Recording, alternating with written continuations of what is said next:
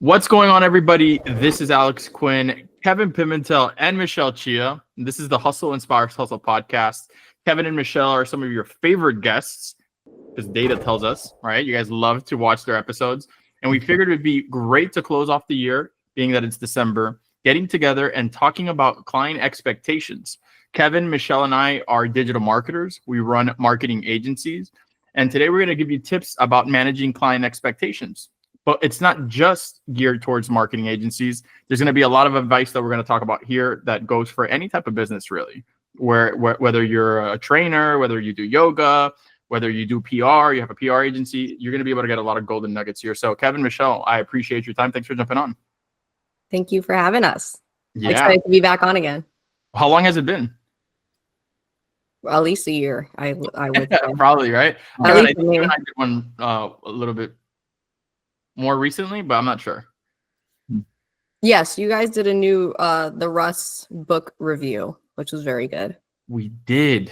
But that was what, like 8 months ago? Yeah. So it's been a while. Well, we waited too long, but I'm glad that we're here. So let's just jump right into this thing. I think that one very important thing for people to understand when it comes to clients, and this is something that I got from one of our mentors, Jeremy, it's that it's not just about doing a good job at what it is that you're being hired for, but it's also about the client experience, how you treat your client, how you talk to your client, how you manage communications with your client.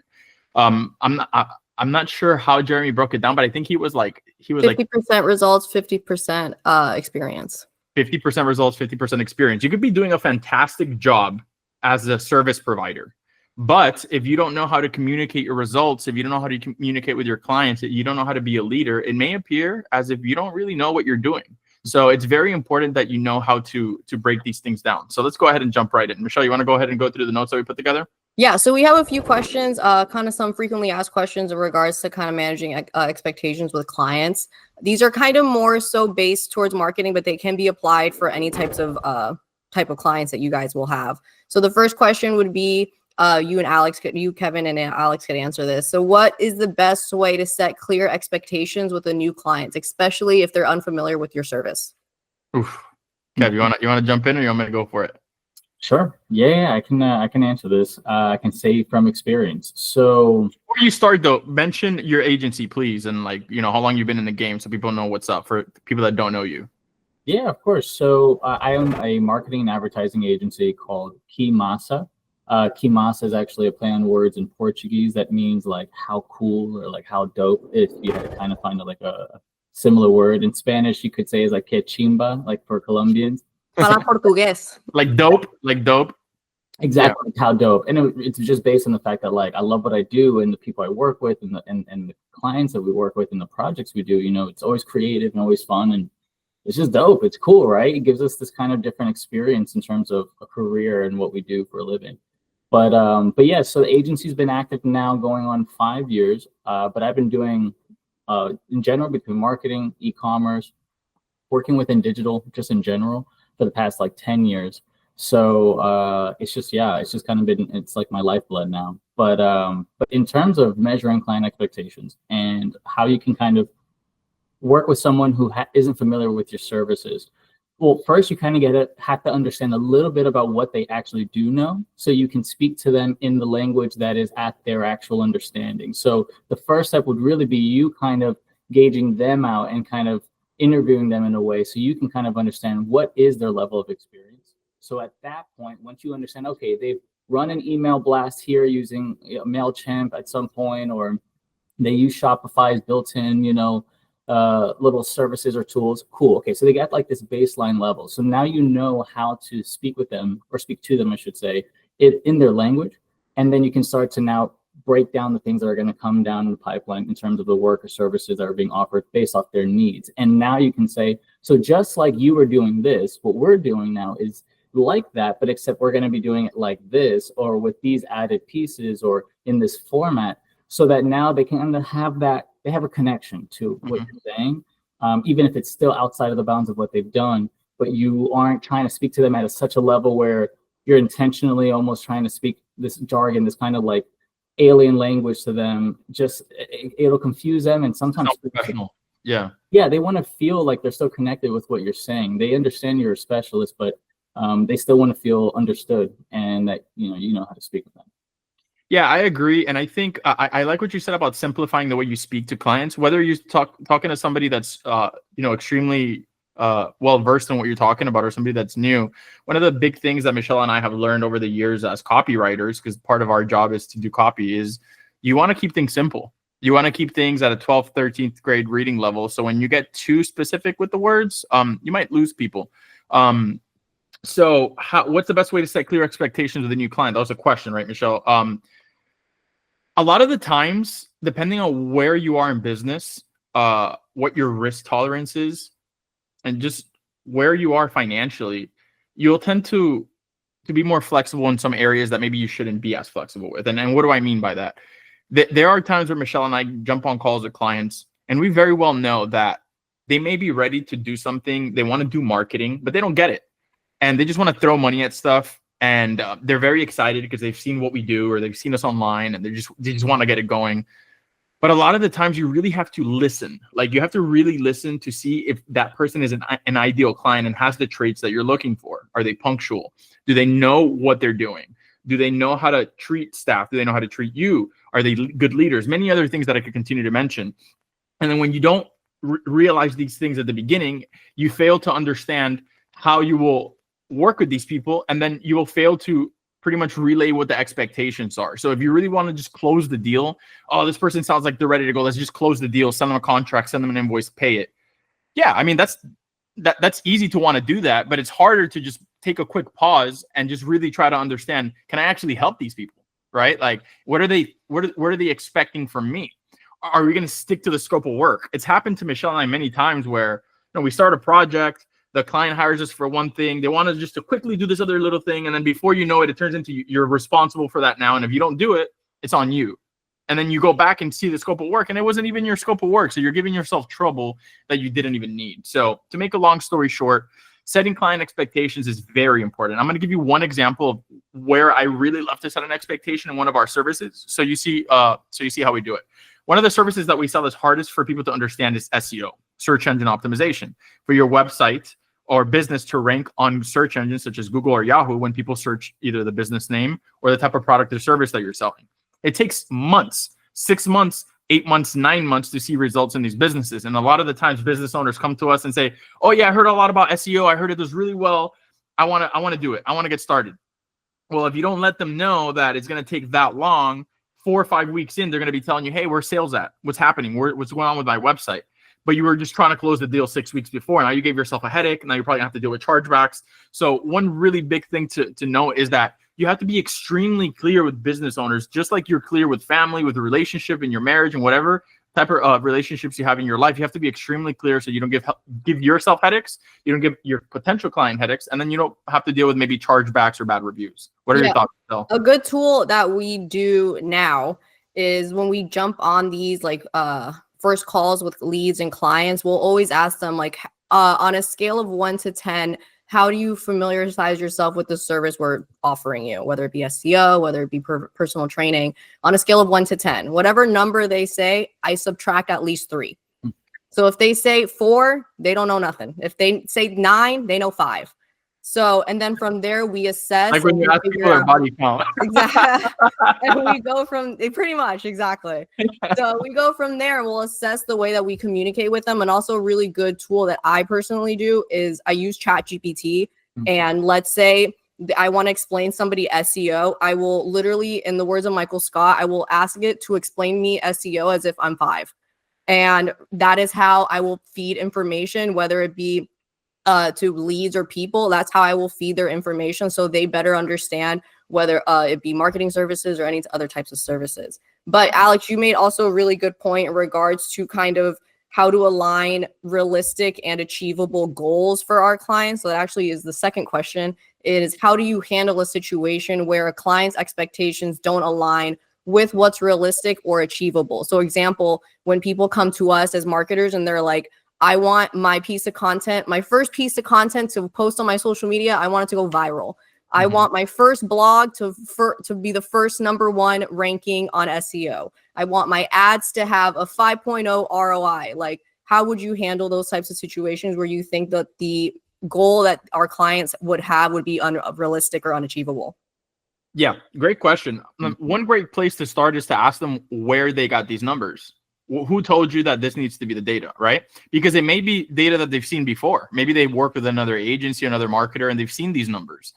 So that's why it's also very important before you, in terms of marketing, right? Because we're marketers, but it could be for any business. You need to audit the business. What have they done before? What's worked? What hasn't worked? And then actually see if what they're asking for is realistic. And then another thing is to appreciate their enthusiasm. You don't want to be a Debbie Downer and just shoot down all their ideas, but you also want to be tactful in the way that you tell them, hey, look, I appreciate the ideas, I appreciate the enthusiasm, but these expectations don't align with your budget, don't align with our time schedule, don't align with the industry at this moment, don't align with the economy, whatever it is that it may be. It's important to just tell them. And it's like, so many people would be afraid to just say it because they're afraid to lose the deal and they don't want to ruin the energy of the call. And it's like the energy is great and he looks like, or she looks like they're about to close the deal, sign the contract. You will be surprised how much people will appreciate honesty and transparency in situations like these. So when it comes to this, it's a matter of just saying, okay, what is your previous data told you? Okay. If that data doesn't correlate with what you're asking for, where did you hear that? And then be able to diagnose, like a doctor. Like when you go to a doctor, you may have a headache and may not start with your head. It may be something you're deficient in a vitamin or something like that. You have to be able to diagnose and ask a lot of questions. So before you get on a call with a potential client, you have to be able to know what questions to ask based off what they may say. You're not always going to know what they're going to ask, but in terms of marketing, which is what we're speaking about here, data always speaks. So if they're asking for something they've never seen before, it's likely not probably going to happen within the first month or two. Kev? Yeah, actually, I would. Yeah, to jump on that, I think that's an incredibly important point for how you start the process. And I would say once you've already gotten to an understanding of what it is that they're really wanting and they're adamant about certain things, sometimes some clients don't care really, whatever, even if there's data in their face, they kind of have a certain vision. And in some cases, it takes you having to be honest and transparent with them to basically say, as being a service provider or as an agency or as a team here that's dedicated to your success, we can do whatever it is that you're saying to do, but we need to make it explicitly clear. These are what our expectations are for these results. And we need to know without a reason of a doubt that you are willing to take this risk against our recommendation to do this. And you say this in a way where it's understandable, the fact that you're making it very abundantly clear, especially if it's something you're very sure of. That this direction, it can be can lead to a very negative result, and you're trying to look out for the client's best interest. That's an important point for you to always emphasize, is that they know that you're on their side and that you're not just like a machine that they just push a button and you do whatever. Because a lot of clients tend to be used to those kind of providers. But when you actually show a sense of not sternness, but kind of you stand strong with what you're saying, which means you're actually standing by what you actually believe in what you're saying as a professional and as a specialist in this. It also can be taken as like, oh wow, from the client side can be taken as, okay, wow, they're really standing on this. Maybe I should reconsider for a moment. And on the flip side, if they are willing to take the risk where they have the budget and the means, then make it so be very clear. Look, at the end of the day, we can't say that we know everything about everything. So we can do this. We would still like to try this method, which is absolutely in line with our strategy and what we'd like to do. And let's just put it to the test. And then let the data speak for itself. But we can agree that if it doesn't work, we're good to pivot. And we're not going to be blamed for something that was obviously done and pushed for on your side. So it's a balance there, because sometimes you're dealing with individuals that are used to getting what they want, right? Mm-hmm. Especially if it's a very particular type of client that especially rich people. Wealthy people, or just clients that come from organizations that tend to have a lot of power or a lot of capital behind them, so they feel a lot more confident about whatever decision or idea they have. So it's a game where you have to really balance it out on a case-by-case basis. But really, it's exactly what you said. You need to understand exactly where they're at and how it is that they're coming to this, so that you can address those elements, those variables. But on the flip side, sometimes it gets as far as, I don't even care, just do it. And you really have to be clear and say, okay, I'll do it, but X, Y, Z. And we all need to be very clear in writing. We're good and safe that if anything happens and it doesn't work out, we're good, right? Just to protect yourself and to at least be able to show on record, hey, I made it clear. We were against this decision, but we're going to honor and respect the fact that you are the client, so we are here to fulfill the best of our abilities. You're the service. I have a great point. And I want to use a specific example that Michelle and I dealt with this year with a client who we closed. And this is a client where we're providing advertising services for, like we're running their ads, right? Essentially to bring on clients to their business. I was just thinking about him, actually. Yeah. We're not going to sorry, not him, her. Yeah, him, her. Both of them, actually. Yeah.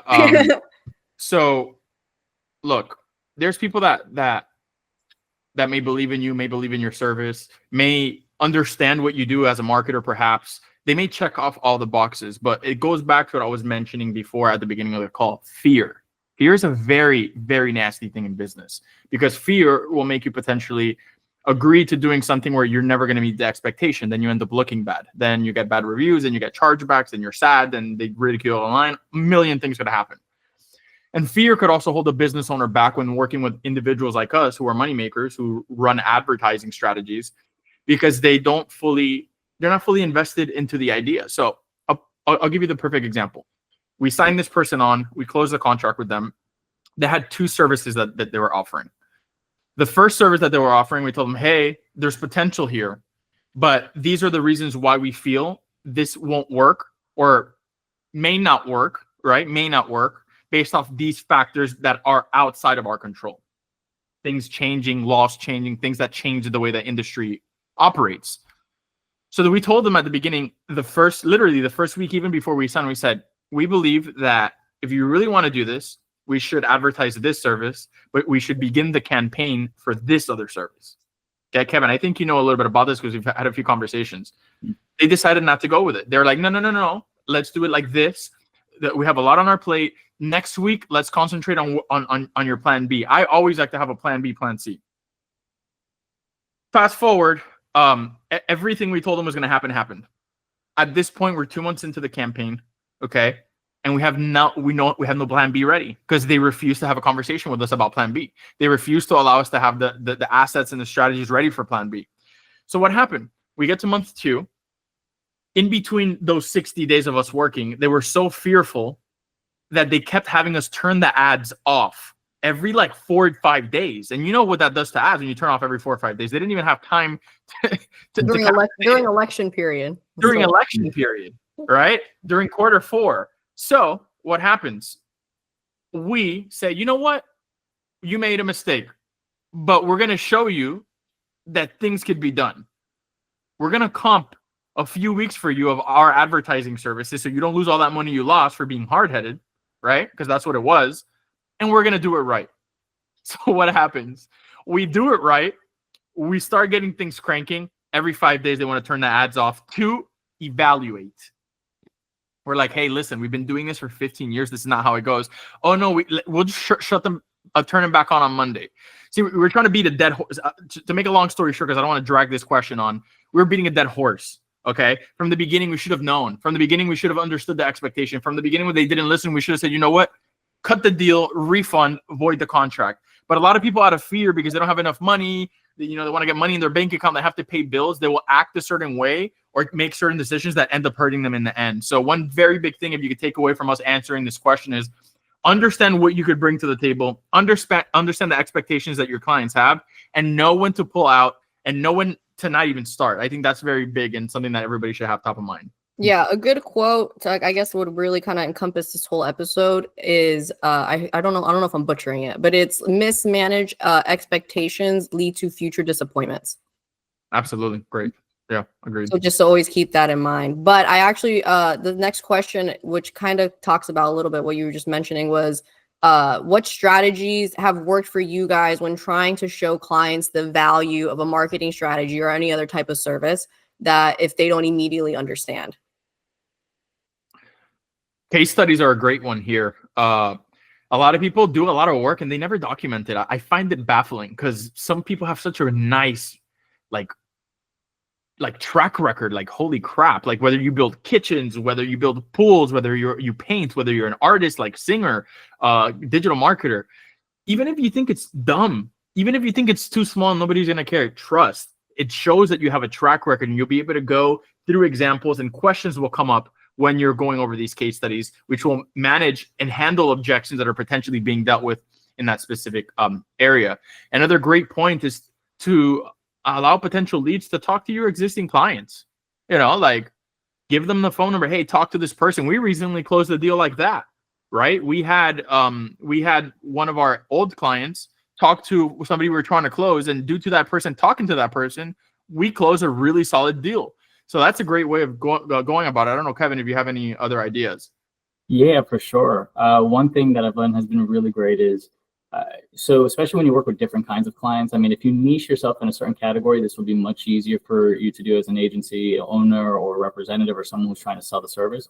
But if you're trying to work within different categories and you're hit with a client, let's say that's not a category that you can say you niche in, study their industry and their business enough to where you can actually speak to them with a sense of, I actually know your industry enough already to show you that we actually are aware of what would be most likely most effective for you and your audience. So yeah, many of this does come out first. Like, let's say with an intro call, you get to know the client, they can share some information with you. You can kind of get some of that initial information to kind of build your case. Then you you do a deep dive, you get to understand their audience, you get to understand their industry, you get to understand maybe a little bit of the history of what's going on, where are they at right now. And then you come back to them, and on the strategy, well, you're not just saying we're going to run ads on Facebook and Instagram and Google.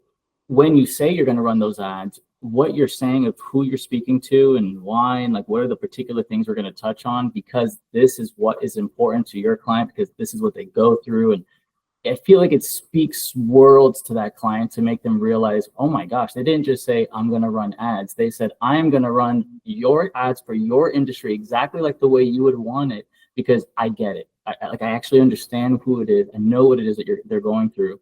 And I can speak in a manner in which you get that we really do know what we're talking about when it comes to your industry. I feel like the client's confidence level goes way up because they're like, oh, you get it. Exactly. That's what we're looking for. We need it exactly like that.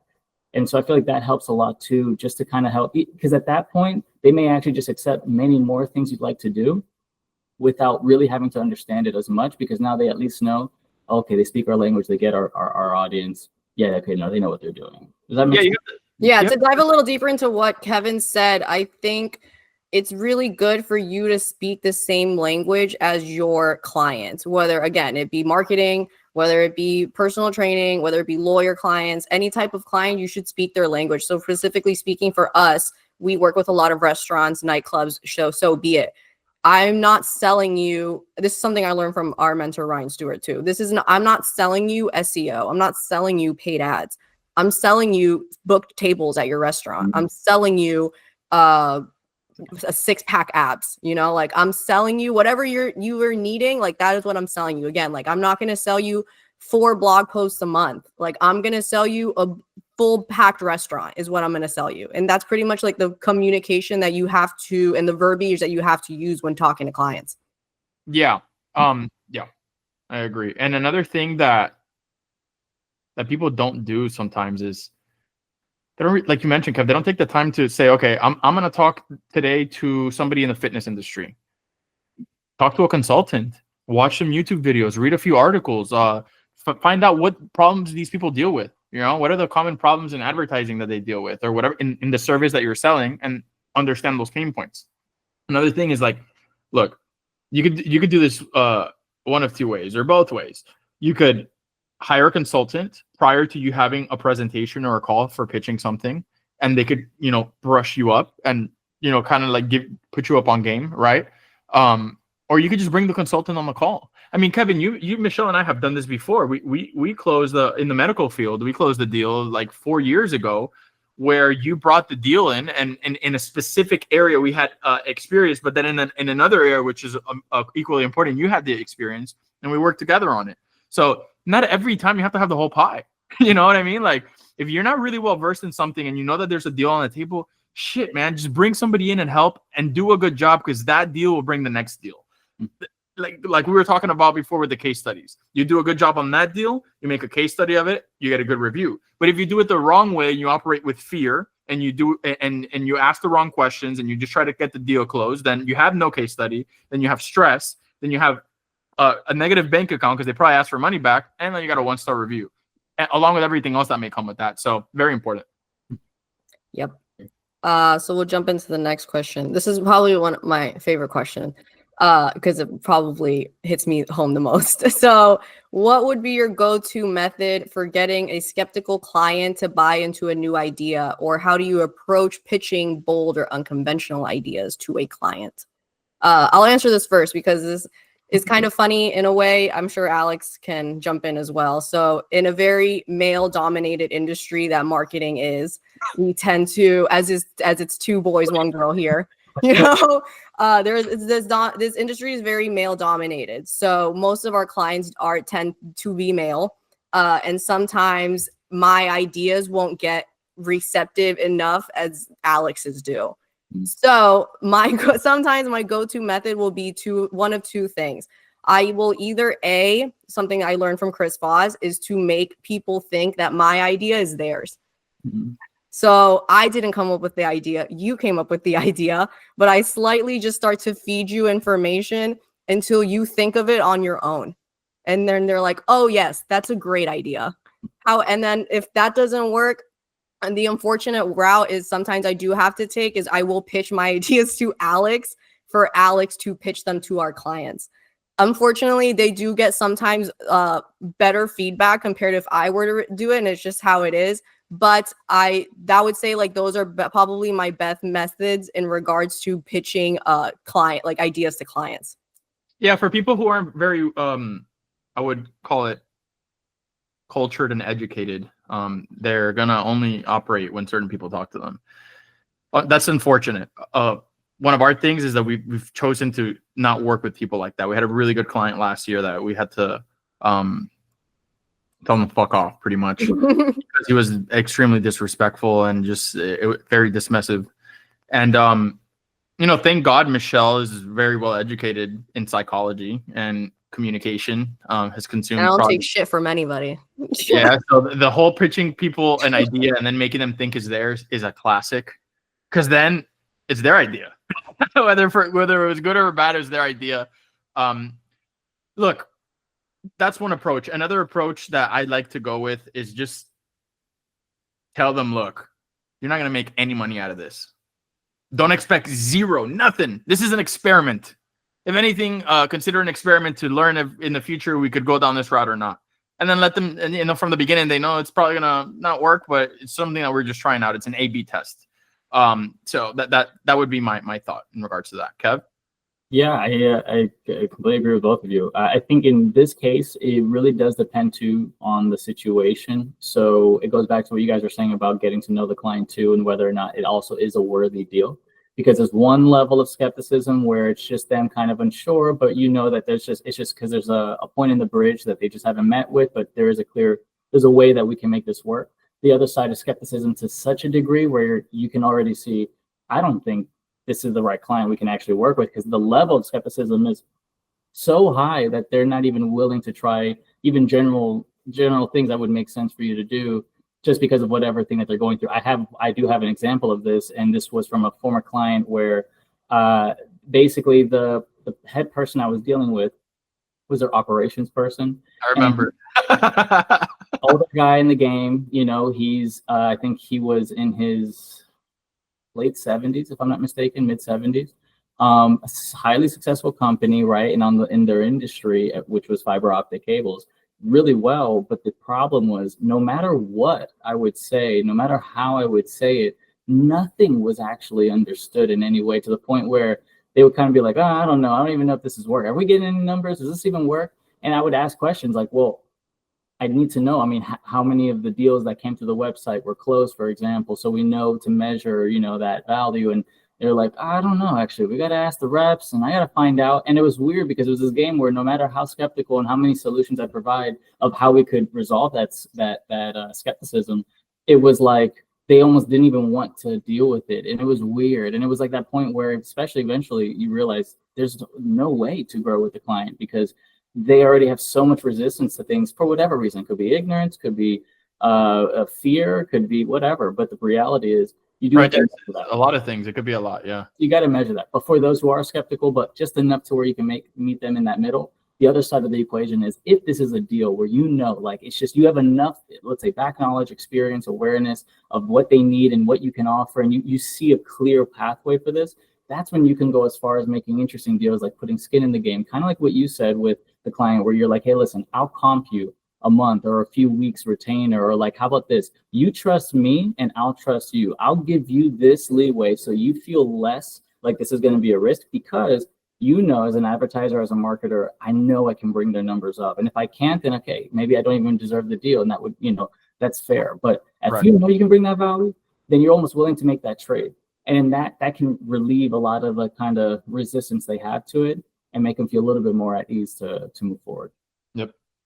That leads me to my next question, and it is, how do you navigate having difficult conversations with clients while still preserving the relationship? Oh, man, to take a deep breath for that one.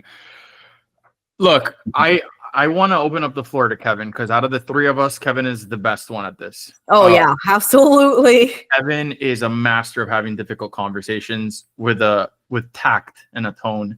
Michelle and I tend to be on the you reject with respect. Yeah. Rougher. We're like New Yorkers, and Kevin is like a like a Southern guy type deal. Southern hospitality. Yeah, Kevin literally came up with, or maybe somebody else came up with it, but we've adopted it, is reject with respect. Kevin, you're a pro in this. You're almost like a PR master in this aspect. What do you think, man? It's just hilarious because of the fact that you guys have literally witnessed multiple calls where this situation happened, and like I felt like sometimes you guys are like about to like freak out and start smash your computer against the wall. What did they just say? Like, what? We're about to unmute you and be like, listen. Here, bitch, get your shit together.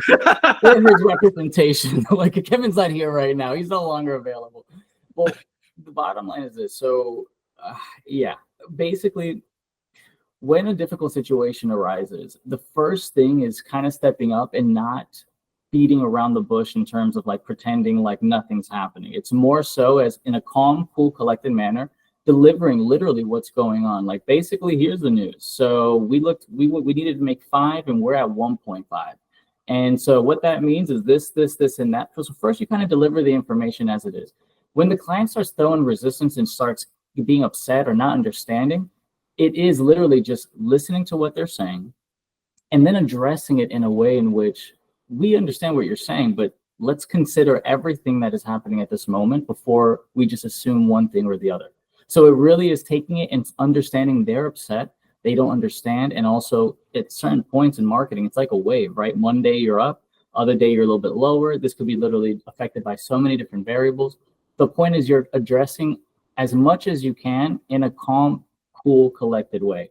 Because when you're at that level, they realize like whatever they're throwing at you, you're not throwing it back at them, which is usually how this becomes a really difficult situation. Because when things are being shot back and forth, that's when you have kind of like a sense of turmoil for a moment, right? It can be a little heated. And of course, that can go many different ways. But ultimately, when you're cool, and also kind of keeping in mind the same thing that we'll go back to Chris Voss and what he says of basically being ready to walk away from any deal. When you approach Deal's better than bad deal. Yep. When you approach it with an energy where you're saying, at the end of the day, I'm ready for this to drop right now. So I'm only focused on what we have to do to continue moving forward, to address whatever was wrong and to correct. So here's my course correction. Here's my solution, or here's our way of how we're going to work through this and how we're going to change it. Focusing on that next step. Because when you keep focusing there, it kind of helps it move to the point where no matter what they throw at you, they even reach a point where they're like, listen, I honestly, yeah, all right, fine. So that's what we're going to do to correct. Then that's what we're going to do. Then let's just do that. And then we'll measure it from there. And you can be very clear and listen, we're going to try it like this and like this. And at the end of the day, if this doesn't change after so much time, guys, you already know what the deal is. We're good. Like if this has to be at a point where this doesn't work, then so be it. Yeah. So when they see that you're in that place too, it helps. Because it helps with that energy and the dynamic between client feeling like they're up here and you're just like an agency, you're a service provider, but you got to come back and balance out the equation a little bit more and saying, we're both in this. We're both like partners in this situation. And we're the relationship. Yeah. Exactly. And you're showing what you're willing to do to make this happen to work. And if they reach a point where they're saying things, for example, being absurdly disrespectful or very belligerent, or to a point where it's highly unproductive. It's one thing to be upset, and it's another thing to be very unproductively negative in a situation. Well, then you already understand too, yet again, this may not be a relationship that's going to work, right? And that's just the reality of business. So it is really taking every moment as it is. The goal is to be solution oriented, working towards how we're correcting this, addressing their issues very calmly and directly. So we're not going to pretend, yeah, you know what? That was low and that sucked and this wasn't good. But you know what we can do is this and this and that. And at least now we have a next step. We've got the next step of how we're going to try to get our way out of this. Yeah. All right there creates a little reassurance. And then it's like, it kind of cools things down a little bit. And then you work on that next step. That's literally exactly your flow when you have these types of conversations. Because I've been there for plenty, and you manage them extremely well. I've learned a lot from you, actually. Like, all jokes aside, another thing to piggyback is I think you touched on this briefly is don't point fingers. Okay, it's you have to be a leader. If a mistake happened, own up to it. I mean, if you didn't make the mistake, you don't have to put it all on yourself, but don't, this wouldn't have happened if this happened, or this person didn't do that. The fact of the matter is that the problem is there and that we need to fix it. You said be solution oriented. One big thing when people are upset or you're having when you're bickering back and forth, is just make them part of the solution. When you make somebody part of the solution and they feel like they're fixing the problem, it helps disarm the person. Right. And when they see that you're actually trying to help them and you're not trying to sell them, it goes back to the fear. If you're in fear of the business and you're coming up with excuses and you're scrambling around, that like radiates off you. You can almost smell it, even if you're through a Zoom call. So you have to be very honest. You have to be transparent. You have to keep your cool, even though it's hard. Trust me, I know. Okay, I know. There's a lot of times where I want to tell people exactly what's on my mind, but that's not gonna solve any problems, right? And like you said, sometimes somebody's belligerent. They're too crazy. They're off their rockers, and there's nothing that you could do. And maybe that's the time to end a working relationship before any more damage is done. But having difficult conversations, also, it's when to have a difficult conversation. Because sometimes you wait because we want to build a client another month, or we want to do this, or we want to do that, or this other thing's going to happen. A lot of the times, these problems, if not most of the time, could be avoided if you bring something up beforehand. Michelle and I have conversations with our clients like this all the time, where the account is fine, we're doing good, we're billing them, money's coming in, but there's something we know in the future is going to go wrong, and we got to go and we got to poke. Yo, listen, this may happen, this may happen, this may happen. We got to take measures to make sure it doesn't happen. And then when it happens, then you have the track record of mentioning that you already said that it could potentially happen. And then they will understand and respect that you have the foresight to see things like this, and then potentially not lose the deal. So yeah, that's the spiel on that. Last question. What advice would you give to someone just starting out on how to build trust with clients? How to build trust with clients? Well, I mean, I have one thing to comment on this. So one thing for building trust with clients would be, well, one of the things we had mentioned earlier was saying things where if you know a deal is very good and special and you're just trying to get to a place where you can show this client how serious and not only confident but willing you are to work on this deal, whenever you give them certain benefits that show like I'm willing to, for example, like, hey, for this first month, this second month, or whatever the case is, we're only going to bill for this. We're not even going to bill for that. We're going to allow ourselves to do all this first before we even get to that number. What it shows is you're considering the client's needs and the client's bottom line. And so when you start talking to them like they're a business owner and you're a business owner that has a stake in their business, that dynamic really starts to establish a connection there that the business owner says, wow, that's wild. Like, yeah, because I would have preferred that if I would, if they had said, oh yeah, we're going to charge you $5,000 for this and $7,000 for that and $3,000 for, but you know what? We understand that first month, we're probably not going to be able to get as much going because we have all this. So let's just go ahead and not even count this and that. And we're just going to bill you for this. And that way we give you guys just a start up there, but we have enough to be able to do the job and get the ball rolling. And that way, once we really start launching this, now we're in business and it's more realistic to work with us and spend that versus just trying to bleed you dry money from day one, right? So really showing that you're considering their needs and making decisions on that, I feel like really starts to help create that trust factor. Yeah, saving money for a client is one of the best ways to earn their trust, because we need money, but in our case, we're marketers, so we earn based off how well our clients do. So we're just focused too much on billings, but then the results aren't coming through, then we're putting them in a difficult situation as well as ourselves. I want to mention one last point when it comes to managing clients and managing client expectations, that it's not just the client or the owner, the CEO, the person that pays the bill. You have to do your own PR. What does that mean? At all times within an organization that you're involved with, providing services for, whoever you're in immediate contact with, whoever could pose a threat to your contract, to your deal, to the way that you operate, you always have to communicate flow of information so people understand what you're doing and what value you bring to the table. That's what I mean by doing your own PR. You have to tell people, and you have to show people, not just tell them, show them by doing the work, that you bring the value that you say that you bring and that people say that you have. So it's not just about talking to the business owner, it's whoever surrounds that person, whoever's in their ear. It's very important that you have good communication with that person. And even if you don't, that your work and your value is communicated to that person. That way you could extend the lifetime of your deal and potentially not have your deal ruined by somebody who doesn't understand what you do and may have that person's confidence. And all of a sudden you lost a deal, and that person may make a mistake, and maybe they come back in the future, but they really hindered your operations, and you could have avoided that if you did your own PR. Yep. And the one thing I would say would be that really helps build trust with our own clients is asking the question, what can I do better? And that goes across the board. Like, you can ask that to your parents, you can ask that to your boyfriend, your girlfriend, your sisters, like, what can I do better to make you happier? Girls ask that? Huh? I'm like, girls ask that? Oh my God. I'm going to keep my comments to myself. I love Kevin's reaction. Kevin's like, oh my God, fuck Alex. No, I would say that would probably be the best question to ask people in general, is what can I do better to make you happier? Sometimes we tend to get caught up in the day-to-day that we tend to forget certain little things.